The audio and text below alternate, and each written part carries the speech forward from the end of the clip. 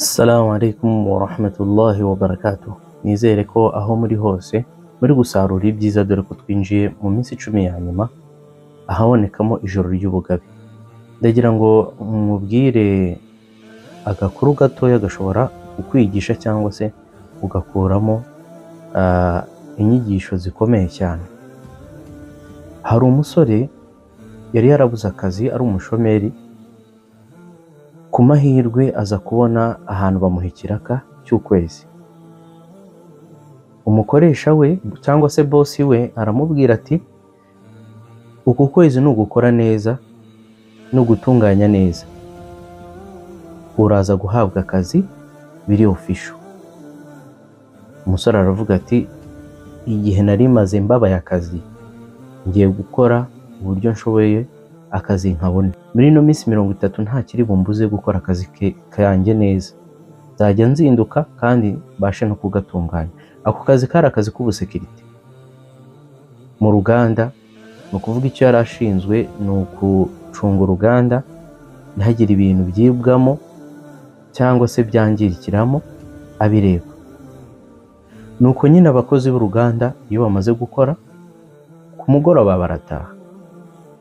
Noneho mu gihe bari gutaha, hasohokamo umusore avanamo ingorofani, twaye ingorofani irimo ibikarito bigiye bifunze. Umusore aravuga ati, ku munsi wa mbere uno muntu ngomba kumenya icyo ajyanye. Aramuhagarika, abandi baragenda aramubaza ati, ni ibiki utwaye muri ayo makarito? Ndaramubwira ati, ni imyanda hano bajugunya, ariko ngira amfasha, ni ibintu bagenda bajugunya, ariko ngiye ndagenda nkabitunganya nkabikoresha neza. Umusore aravuga ati, fungura ndebe. Arafungura, abona koko ni ibintu byabajugunya aho ngaho bidafite umumaro muri urwo ruganda. Ariko aza kubonamo agakarito gatoya, aramubwira ati, ako karimo iki? Undi aravuga ati, byose ni kimwe. Aramubwira ati, gafungura. Undi aragafungura. Ku munsi w'ejo bigenda gutyo. Uwo musore aravuga ati, uyu muntu ibyo ari byo byose hari ibintu ari kujyana, ariko ntago ndi kumenya ngo ni ibihe. Bivuze ko ntazigera mureka ngo ancisheho ibintu nabanje kubireba, cyangwa se akaba ari kunjijisha ajyana ibintu bidafite umumaro. Mugenzi aba nazindaye, ndi kuvuga ati, asanzwe ajyana ibintu bidafite umumaro, azajyanamo ibintu bifite umumaro. Aravuga ati, nzajya musaka buri gihe cyose asohotse hano. Bikajya bigenda gutya, akajya agenda akamusaka, yataha akamusaka, akareba ibiri mu dukarito byose, akareba akabona nta kintu kirimo cyo kwibwa, akamureka n'ingorofani akagenda.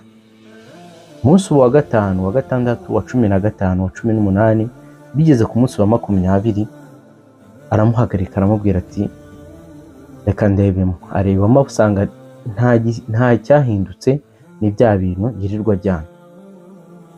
Umusore wari warahawe akazi ko kurinda urwo ruganda abwira wa undi yirirwa abona ujyanye amagorofani n'ibirimo. Aramubwira ati, mbabarira umbwire, ndi kwiyumvamo ko hari ibintu uri kwiba, ariko sindi kumenya ibyo ari byo. Ndi kurebamo, nta gihe nyasiba kureba mu byo wajyanye, ariko nta kintu nkora iki, nta kintu mbonamo. Mbabarira umbwire, ni igiki ujyana ntabona, ntashobora kubona? Nta nubwo ndi bugutange cyangwa se ndi bukurege, ndashaka kumenya ikintu ucisha hano gituma witwaza ibyo bintu byose kugira ngo ukihacishe. Umusore aramubwira ati, nta kuri bumvuge? Ati, sindi bukuvuga. Umusore aramubwira ati, iminsi yose nciye hano burya nibaga ingorofani. Ubu maze kugwiza ingorofani 19, iyi yari ya 20. Subhanallah. Umugabo agarura ubwenge ku gihe, yibaza iminsi yose bamucishijeho ingorofani, we ari kwita ku tuntu dutoya tw'imyanda. Ibi bintu bishatse kutwigisha iki? Ibi bintu bishatse kuvuga ko no mu bantu muri rusange hari igihe twita ku tuntu dutoya, nyamara ibinini by'ibanze twabiteye umugongo, bikajya biduca mu maso buri munsi. Ndabigereranya nko muri iyi minsi ya Ramadan twahawe, iminsi 30 yo gukoramo no gusarura ibyiza, no gutunganya, no guhindura gahunda yacu ya buri munsi kugira ngo tubashe gukomeza. Ni nk'ingando umuntu ajyamo kugira ngo abashe gutunganya. Ariko birababaje kuba hari abayisilamu bita kuri za qiyamu layili, masha Allah, ni na byiza, ariko bakibagirwa amaswala y'itegeko. Ugasanga ntasari swala y'itegeko ariko tarawehe masha Allah yayizindutsemo. Ugasanga ntari kurya masha Allah, ariko amagambo yirirwa avuga abandi, yirirwa akora ibindi bintu bigiye bitandukanye, ariko ntari kurya.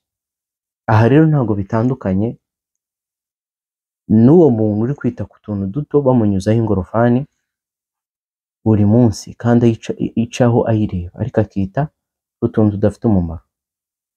Ese muri ino minsi 20 imaze guhita, ingorofani ziguceho ni zingahe? Ndagira ngo rero tuganire kuri icyo kintu, turebe uburyo dutekereza, turebe n'ibyo duha agaciro kuruta ibindi, hanyuma noneho tubashe kugarura ubwenge ku bintu bifite umumaro kuruta ibindi, bityo byose tubashe kubihuza.